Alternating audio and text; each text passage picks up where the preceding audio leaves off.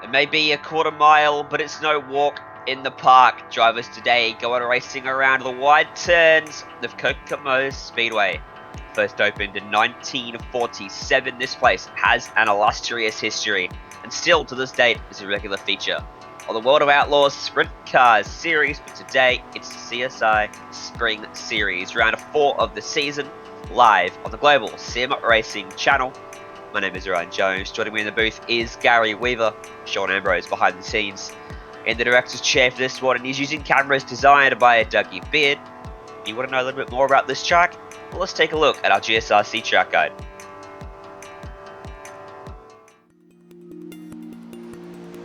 Welcome to Kokomo, Indiana. Unlike the Beach Boys Kokomo, this Kokomo is real, and automotive giants like Chrysler, Fiat, and Delphi have a big presence here. And fittingly, it is Indiana after all, we got a dirt track. This quarter-mile facility has been here since 1947 and over the years has hosted all the greats of the American Midwest. The Andretti's, Voigts, Unsers, Kinzers, they've all made trips to this town of nearly 60,000. ARCA even ran some races here in the 50s, but But nowadays, this track is home to mostly open-wheel midgets and sprints, with the occasional modified super late model or street stock turning laps. The track we know of today came into being in 2004, when essentially they started over. They knocked the place down, widened it, added a little bit of banking from its previously flat configuration, and added more walls. Its quarter-mile length but sharper paper-like clipped corners, well, they really add an interesting dynamic compared to the sweeping corners at most dirt tracks.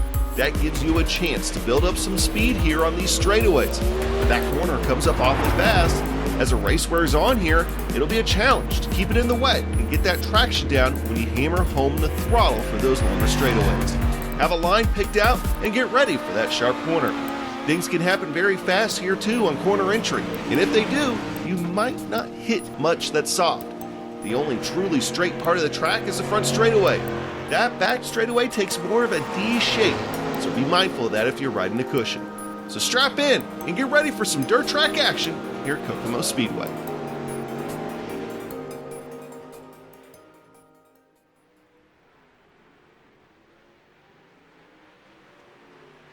It is one very wide racetrack, maybe even 6 wide possible on this place. But Gary, what can you tell us about this very, very flat dirt track? A dirt track, as you can see, well, it is of course flat, so really not much banking to work with in the corners here for today. A regular quarter-mile racetrack here, and 0.4 kilometers if you are from pretty much anywhere but the U.S. So with this dirt track, it's quite interesting, especially with the fact that, well, it's just going to be something to really work with. I'm seeing a lot of drivers running the low line, some running the top line as well. So a lot of places, a lot of lines on this track are already rubbered in after this 20-minute practice. Yeah, you're going to see the lines definitely change up for these drivers out there as they throw the dirt out of the way and the slick starts to form. You can see the race details up there on the screen. Round of 4 of 5, doing it for fun, no championship on offer here. Running the 360 winged sprint car fixed setups, so no one's going to have a setup that blows them all out of the water. As always, 14 advanced from qualifying, 3 heats, the top 2 advancing to the A-main in all 3 of those. But it is going to be tough for these drivers here, Gary, because as you mentioned, it's a flat track, which means running the high side probably isn't going to work at the start. High side all the way up top right away. It might not work out. It's going to take a while again to really have that top line rubbered in, have these drivers really start to adapt really as well. Some of the drivers already saying that the track is pretty slick already early on. So it's going to be quite interesting to see how this plays out with this dirt series. But Ryan, I believe you may have some information on what CSI is doing in the next coming month. Yes, because we are changing it up. We're changing it up as we do each season here for CSI Shocks series, and changing it up big time for the next season. But all that will be revealed soon. Very soon. As qualifying is about to get underway here in Kokomo. Qualifying details brought to you by Racing Bars,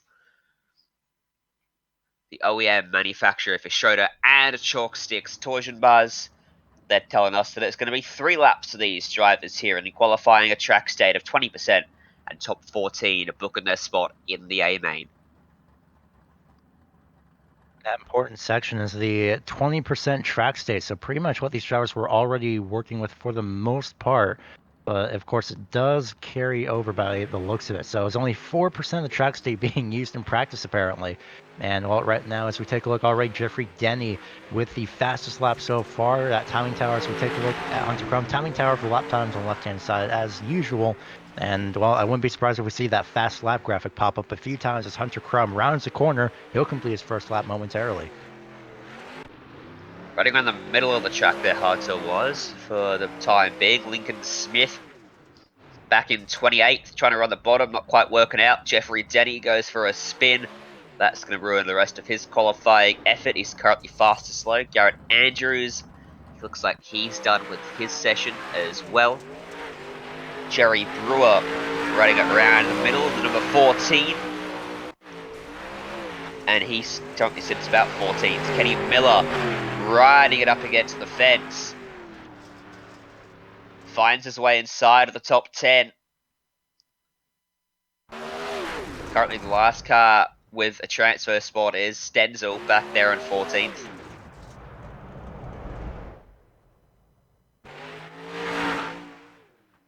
Everyone except all but 2 drivers by the looks of it have yet to complete a lap time, and now it's going to be 1 driver, but I think they had decided to retire early from practice. So all but 1 driver, and that is Caleb Scheitzer, who apparently left early in practice. He's not going to be able to set a qualifying time, as apparently he may have not been, maybe just wasn't too comfortable with the track. He was at the lower portion of the standings. As we take a look at Sage Karam, who's back again for another week. And just missing out on the free transfer. He's 15th, so he's going to have to work his way off pole for heat number 1 here ahead of us if he stays there. He's trying to get as many practice laps in as he can. Ryan fixes his technical difficulties, well, it's 40 drivers here that are pretty much half the field essentially. 40 drivers have set a qualifying time, and about half of them will be going home. As we take a look at Austin Edson, so far it's, well, pretty much both Bo and Steph Stenzel. Goodness, that's gonna be a tongue twister and a half right there. That are in the top 14. Just in that 5 times, so that's for a tongue twister. And you're going to get confused for sure. As we take a look, Austin Edson, Chance Crum, some of these drivers are just running out the practice time while they're still have a chance because, well, while they do have the extra time, they might also take advantage of it. Yeah, if everyone sets a qualifying time and completes all the laps of their qualifying they're allowed to do, the session will advance itself. But there's always one person that decides not to or doesn't do all 3 laps, which makes us all wait the extra minute and a half. But it is good for these drivers to get some more practice laps in and just continue to get themselves in the zone. These top 14 aren't going to be back out on track until the A-main guys back behind them will be out there for one of the heat races, but they do have a 10-minute warm-up between the heat and the feature though, so you do have that time to warm up and to really run the track down. And they will quite literally run the track down. You can see again, still just all rubbered in here from the onboard of Chance Crum as he continues to run these lines and just try and run the timeout himself as well. You can just see how slick the entire track is and where all the rubbered in portions of the track are starting to come in on the low line, the top line, the clearly back straightaway entry to turn 3 here. It's just all over the place where everything is just absolutely used up for the time being. You can see the pit lane down at Kokomo is just dead down on the infield. Of course, in real life, it situates itself outside of the track. But here in our racing, little mini pit lane down on the infield, cutting out the grass. And the drivers will line up 2 by 2 across the start finish line to get themselves underway for the racing here. 5 seconds left in qualifying, but we know how they're going to line up. Your top 14 in advance. Karam just misses out. Jeffrey Denny, the fastest man of the night so far. Let's take a look at how Heat 1 lines up, and it will be Karam on pole, Dominic Carter starting from the 2nd, Bruno and Scott 3rd and 4th, Austin Sheridan and Will Armitage off the 3rd row of the grid, Jackson and Bishop and Alex Kapowicz 7th and 8th, top 10 rounded out by Josh Stoll, field rounded out with Williams, Rankin, Lincoln Smith, Braden Jones and Caleb Scheitzer. As we take a look at your Heat 1 details, which are brought to you by PitLogic. PitLogic is the most comprehensive chassis and shock setup application on the market, letting us know that there's 15 laps, no yellow flags, and only 2 people advance from here. I think trying to get the field down from 13 to 2 is just a little bit stressful for some of these drivers, especially with Karam and Carter, who are starting positions 1 and 2, but they have, like you mentioned, 15 laps, no cautions to deal with, so essentially it's a survival race for the most part, and while it's for everybody, and, well, this is just going to be quite interesting to see how this plays out on this such a small track. Everything goes by really quickly, so definitely going to be a little bit of a maybe a little bit of a ambition factor here playing in.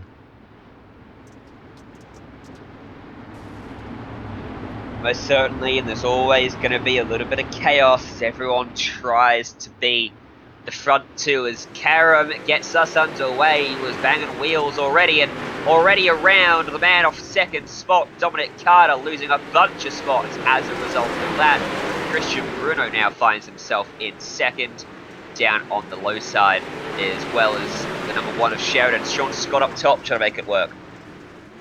Right now, Sage Karam's just trying to hold off Christian Bruno for the time being, but with a great burst of speed on the top side, Sean Scott absolutely flying around the outside as Bruno goes to the inside, and I think Sean Scott is about to shuffle somebody, or maybe both of these drivers outside the top 2 himself. Christian Bruno takes that lead away, down low. Can he hold it? Look at the momentum that Scott's got up top. He takes it back away. And suddenly Karam is out of a transfer spot and needs to find a way back past at least one of these drivers. Christian Bruno moves up to the top of the racetrack now to try to follow in the footsteps, or wheel tracks at least, of Sean Scott, who gets into the fence a little bit. Multiple drivers still trying to hang on to it. In the meantime, in the back of the field, Sean Scott's in the outside wall off turn number 4, and it's going to be a drag race down the front straightaway as we ride on board Sage Karam. And you can see a huge contact, a huge run from Christian Bruno, resulted in contact, splitting a lap car 3 wide. Scott's in the outside wall. Karam just gets by somehow. And Scott spins out of the way, and Karam gets turned by the lapped car. Which means Bruno's all alone up front, and there's a big battle going on for second place. Austin Sheridan currently holds the spot with Will Armitage in third, Powich and Karam running fourth and fifth. And, well, you've got a feel for Karam there. You'd be very annoyed about that after starting on the pole. Suddenly might be packing up and going home early. There's a little bit of a chance, though, depending on if Armitage and Sheridan make contact, as well as somehow Karpowitz getting involved in an incident. But right now, it's still a close battle. Armitage trying to look into getting into the top 2. That's fly job attempt, but it's a crossover from Sheridan, who still retains that second place position. 4 laps to go at the line.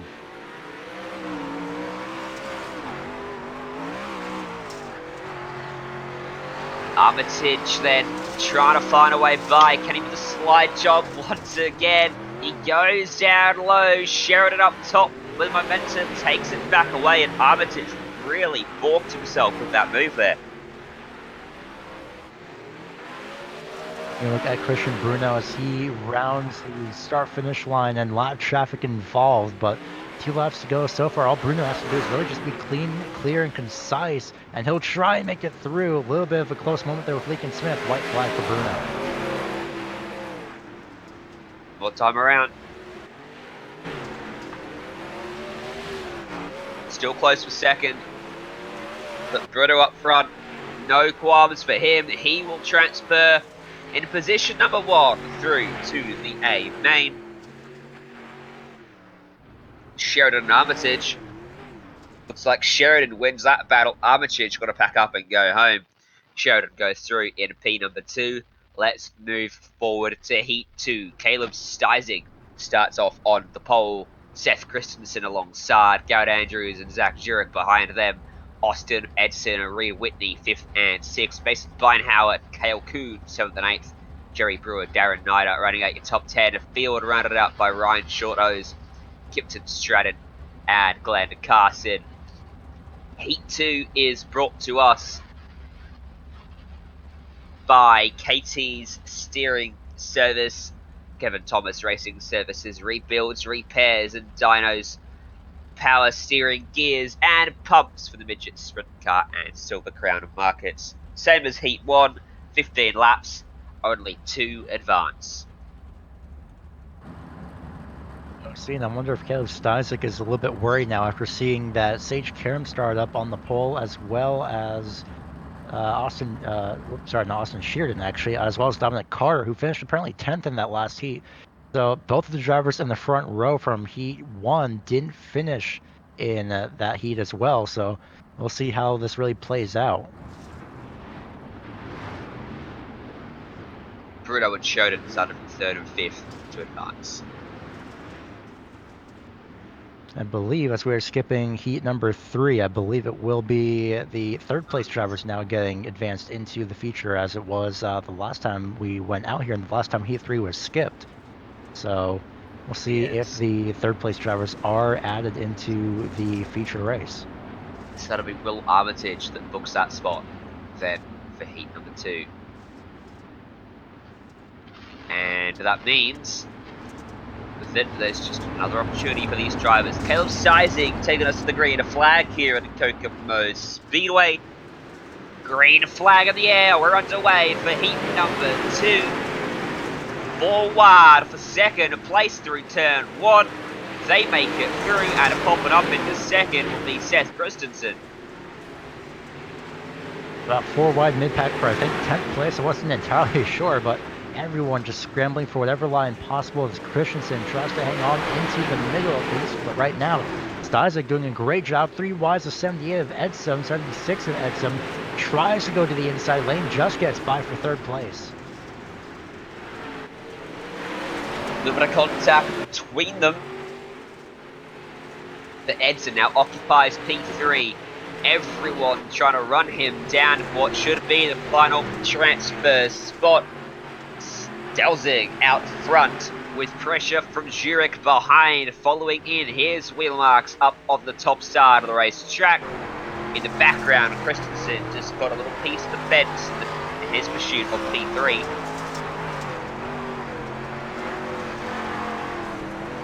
It's really close off the outside wall for Jursic right now. He's just trying to hang on to it. He's doing a great job just hanging on, but essentially it's 2 brewing battles really for the most part, as this 96 peaks down to the inside. It's going to be a drag race off the corner, nearly touching wheels as well. He's in a lap car 3 wide. That's Jerry Brewer, fights back on the inside lane, over rotates off turn 2, and that's, well, that worry pretty much taken care of. Indeed, and Austin Edson will get by him with ease as well. Edson now looking a little bit more comfortable in his 3rd place battle. No pressure from behind. Stelzig's managed to open up a little bit of a gap on Zach Jurek through all of this, as Jurek runs the right rear up against the fence, trying to use all the available racetrack left up against the top that isn't just completely slicked out. Now he tries down low, trying to find some pace. There's another lapped car in the way. That's Glenn Carson. Stelzig will get by him with ease, and Carson jumps over the tyres. Those tires are kind of brutal. They're a bit less than other tracks, at least, so it's not too much of a worry, but you just have to be sure because, well, even with that grass outline, at least you know where the tires are. But right now, I think Jursic is actually closing the gap just a little bit to Stelzig, rather. Yes, Jursic. It is. Nothing's taking us name wrong this whole race. That was a car upside down up against the wall that they had to cut down low for. And again, Jursic, he gets close and then he drops a bit. It's like the yo-yos between these two at the moment. The gap coming in and out every time we check in on it. But I think we should be comfortable with these top 2 advancing here. Stelzig and Jursic don't look like they're in much trouble. Even if they do start battling, Edson are behind, still comfortable as you will be in the series, in 3rd all by himself, as the white flag is out for these drivers. Coming through 3 and 4, Caleb Stelzig going to take out heat number 2, Kokomo Speedway, and he's through into the A main. Great job for Zach Jursic as well to at least attempt a little bit of a battle there throughout that event, and possibly Austin Edson as well advancing. We'll see. We'll have to wait until the until the results actually get sorted until then, which should be just very shortly. But either way, yes, 20 drivers. Yep, top 3 have advanced. So Christian Bruno, who finished 3rd in Heat 1, and Austin Edson, who finished 3rd in Heat 2, they will be added into this feature event and release all the sprint cars onto the racetrack at once. And well, say goodbye to the truck state that we see right now. Yeah.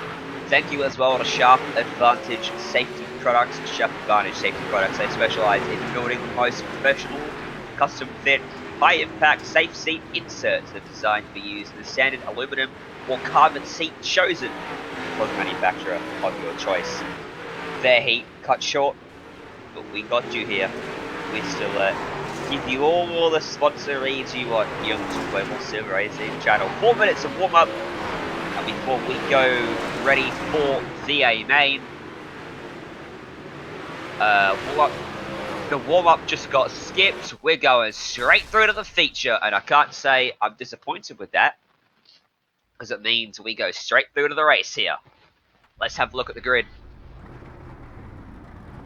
Jeffrey Denny on the pole, Jack Hoyer alongside him, Judson Miller and Randy Hannigan lining up off row number 2. Chance Crum and Chase Randall 5th and 6th, Rylan Gray and Kenny Miller 7th and 8th, Hunter Crum and Bryce Lucius running out your top 10. In the second half of the field will be Jordan Shipley in 11th. 12th place will be Alex Relling in row 6. Row 7 holds both Stenzels, Bo and Seth Stenzel. I almost said Steph Stenzel, so there, yeah, it's a tongue twister already. Christian Bruno starts in 15th, rounding up the top 15. It's Caleb Stelzig in 16th. Austin Sheridan and Zach Jurczyk round out row 9 and 17th and 18th. And Will Armitage and Austin Edson round out 19th and 20th for your 20-car field. Race details brought to you by Competition Suspension Incorporated. CSI has become the shock of choice for many of today's top professionals. They've won over 5,000 races and many track regional national championships right around the world. To learn more, go and visit their website, Competition Suspension Incorporated.com, as the green flag flies here for 40 laps of Kokomo. Cautions are going to be a factor in this event. This is where it counts. Jeffrey Denny with a great start already, immediately taking to the top side, and he'll get bumped, I believe, by Jack Hoyer. Somebody behind him, Chase Randall, tries to make it 3 wide down to the inside and powering through on the outside lane with Jeffrey Denny. Somehow, someway, he still stays in first place. Randy Hannigan threaded the needle between Hoyer and the fence, put himself up into second, goes for a big slide job on Jeffrey Denny. Just kicked it off the fence, but Denny goes right back on and by him. Chase Randall back in third now, looking to the inside of Hannigan. As they all ride to the fence and up into the fence, and onto his side. For a moment it was Jack Hoyer, still stuck up against that wall. Big damage to that number 11 sprint car, and he's going to get hit by the number 12. What catch that was? It was Seth Stenzel that got him. And Hoyer going backwards at the rate. Going to be a caution from just up ahead. Christian Bruno had spun around currently in turns 1 and 2.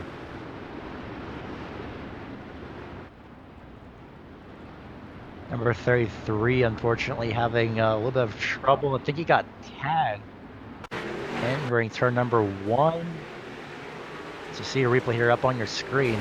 Take a look at Steph Stenzel here. Just a couple of moments time. Christian Bruno trying to hang on to it. Should be coming up on Jack Hoyer right here. That's the initial contact that you have. It was just after this, coming onto the front straightaway, makes a little bit of contact with the 40, and then going into turn 1, it was just the same real estate. There's Steph Stenzel gets tagged, unfortunately, by that number 31. Well, that answers my question of trying to find out who hit Hoyer initially, because it was him. It was him that I saw hit him. So, unfortunately, he goes around. A caution comes out for the first time here at Kokomo for round 4 for CSI Shocks Spring Series. Over cautions. Nice and quick. Pace car takes a hard left turn down into pit road. Back to the green flag, led by Jeffrey Denny. What a restart on the outside of him, though. Going right with him, Randy Hannigan, and a big wad of cars there coming out of turn number 2. 4 wide from lead the race. nearly 4 wide, and Chase Randall is going to get turned, Oh, actually. around we Somebody got go. turned in the middle of the field, but it wasn't Chase Randall. But he did make a little bit of contact with whoever got turned, unfortunately. That was a very quick spin. Apparently, it was one of the Stenzels that had gotten turned. One of the It must have been Bo Stenzel by the looks of it. It's actually Chance Crum in the 83 that got turned. Yeah. Alright, take a look from Chance Crum. Let's back it up here a little bit. That's the 83 in the middle of the racetrack, caught 3 wide up top. He had to check up, car up high, got hit from behind, got hit again. No front wing left on his car. So far, it looks to be just a little bit of quick solo spins for the most part, and I think a couple drivers may have to let the field, or at least let the pace truck go on by. And so I think they'd exited the pit road, Jordan Shipley being one of them, as well as, well, Chance Crum, who is now stuck 1 lap down, unfortunately.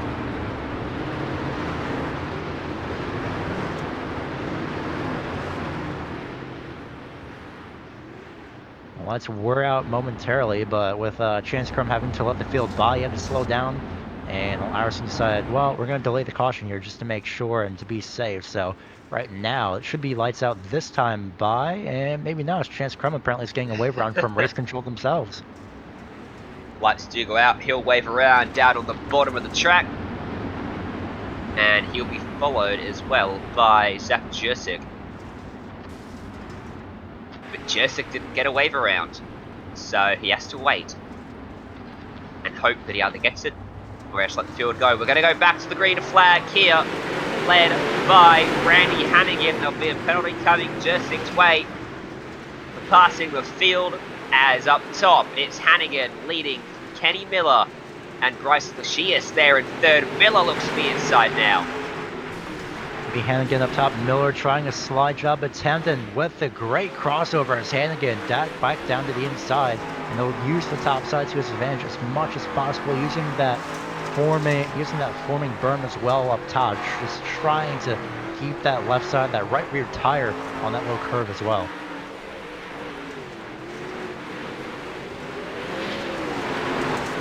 Oh, someone's, I think, with a big flip in the middle of the field. Yes, it's Caleb Stelzig in the middle of the field.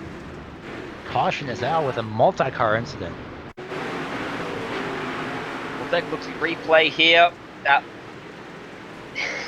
was Stelzig going for a tumble, up and over and around he goes. Take a look at another angle of it. Up high here through 3 and 4. They all brought up and around he goes in front of the field. Takes another couple of cars out in the process.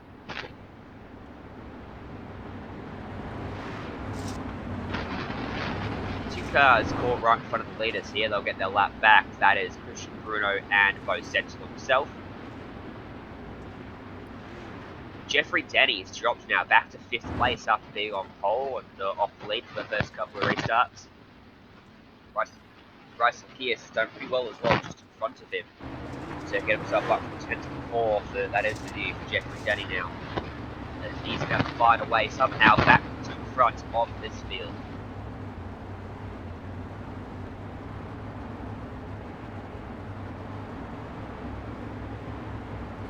Control on the restart will be Randy Hannigan as he goes already on this start, and we'll see how this goes, as it's going to be 3 wide just behind Hannigan for P3, and immediately that already sorts itself out as the field is back. Single foul. Kenny Miller, though, in hot pursuit with Lucius and Gray in pursuit as well, up on the top side, following the tire tracks.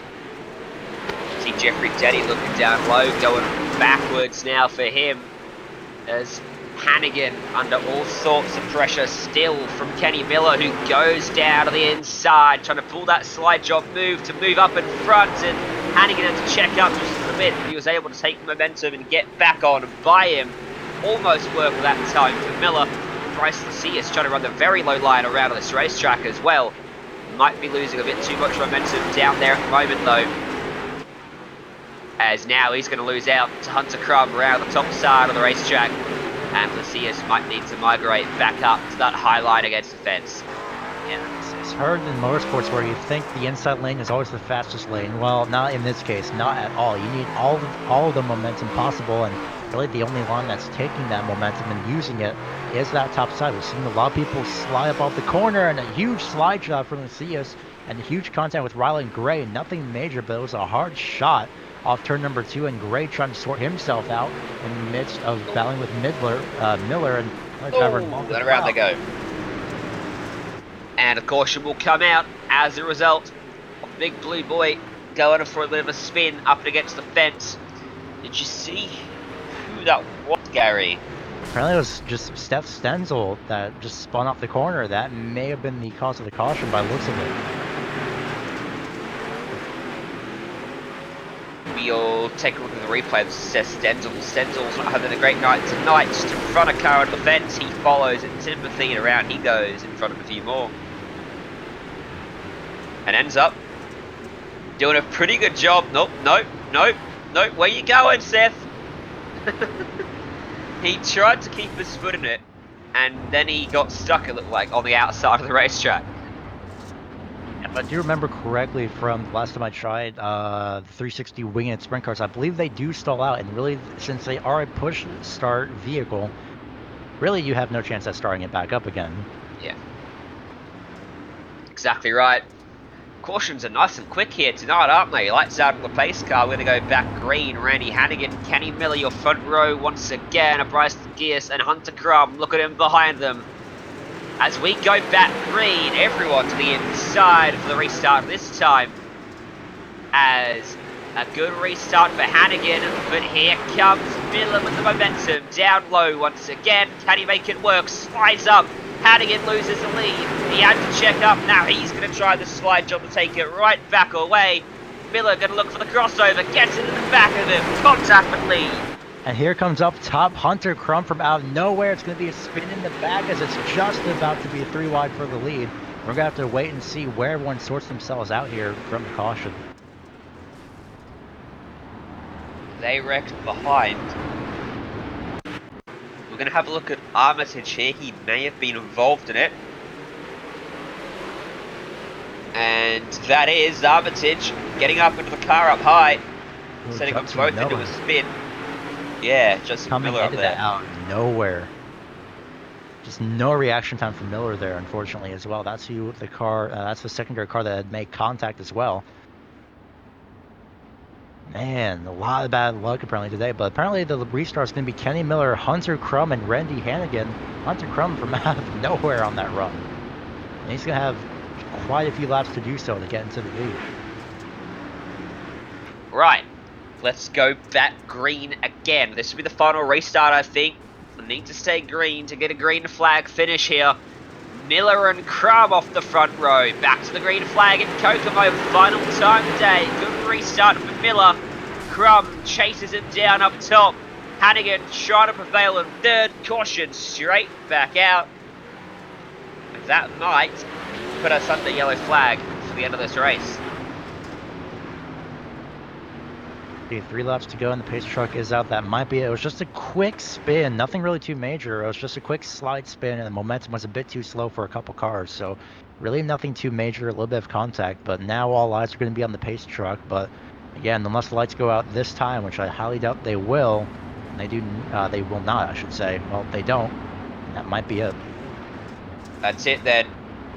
So the field is frozen in this order. This is how they'll finish here at Kokomo Speedway for round 4 of the CSI Shocks Spring Series. Kenny Miller comes out victorious as long as he can circulate one final lap under the pace car.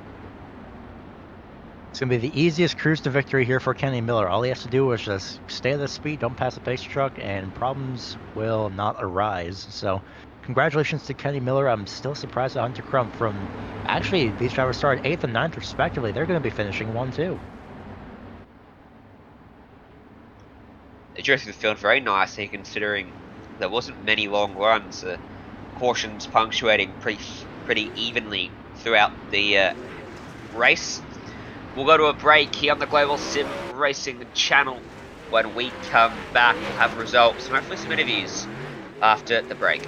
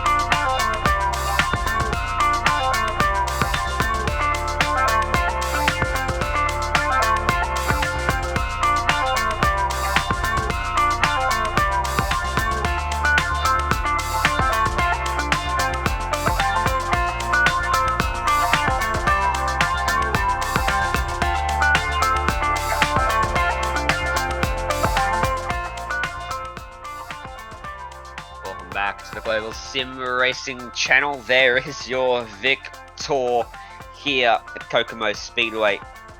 Eddie Miller getting it done for Competition Suspension Incorporated around 4 of the season. Full results then, Kenny Miller winning by almost half a second back to Hunter Crum. Randy Hannigan in 3rd, Christian Bruno 4th, Jeffrey Denny coming across in 5th after leading early on. Chase Randall, Will Armitage 6th and 7th, Rylan Gray, Judson Miller, Jordan Shipley rounding out your 10. And the second half of your field will be rounded out by the last driver in the lead lap being Bryce Lucius, and then it was Bo Stenzel, Dak Jursic, Seth Stenzel, almost said incorrectly again, rounding out in 14th, and unfortunately Jack Hoyer in 15th, Chance Crum 16th, 17th, it's going to be Caleb Stelzig, Austin Edson finishes 18th, 19th, Austin Shearden, and 20th is Alex Relling. That is your field for the A-Main, and that is how they finished. Doesn't look like anyone's come to play again here in the booth. No one wants to talk to us after these races, Gary. It does give them some time because, you know, they do work out their arms a lot. I can tell just by that. So definitely understandable. But either way, though, this race was honestly really, really good. I am, of course, disappointed. I'm pretty sure, like everyone else, that it did finish under caution. But think about this. Hunter Crum from 9th place all the way up to 2nd, just from out of nowhere at the last second. He had a really quiet night up until then. He did, but he came through very nicely when it mattered, and in the end, he is the winner, and that's what the history books will say. Well, let's wrap it up then here on the Global Sim Racing channel. Thank you to CSI Shocks for their support and for making the series happen. Thanks as well to all the companies that help us with the software and the hardware that make all this possible, and as well Limaland. You can see how to get a hold of any of them up on the screen. Limaland, of course, providing our wonderful music. Thanks to the team with me today, Gary Weaver and Sean Ambrose. You can find out more about GSRC, including upcoming races, at globalsimracingchannel.com. You can find our social media on Twitter at GSR Channel, Facebook at Global Sim Racing Channel, and Instagram at GSRC_gram. If you want to support us, you can check out our merchandise store as well at gsrc.storenvy. That link's in the description. Don't forget to head on to YouTube and hit the subscribe button if you enjoyed it, so you don't miss a moment here on GSRC. Upcoming races for other series listed on the screen, so check those out, mark them down in your calendar.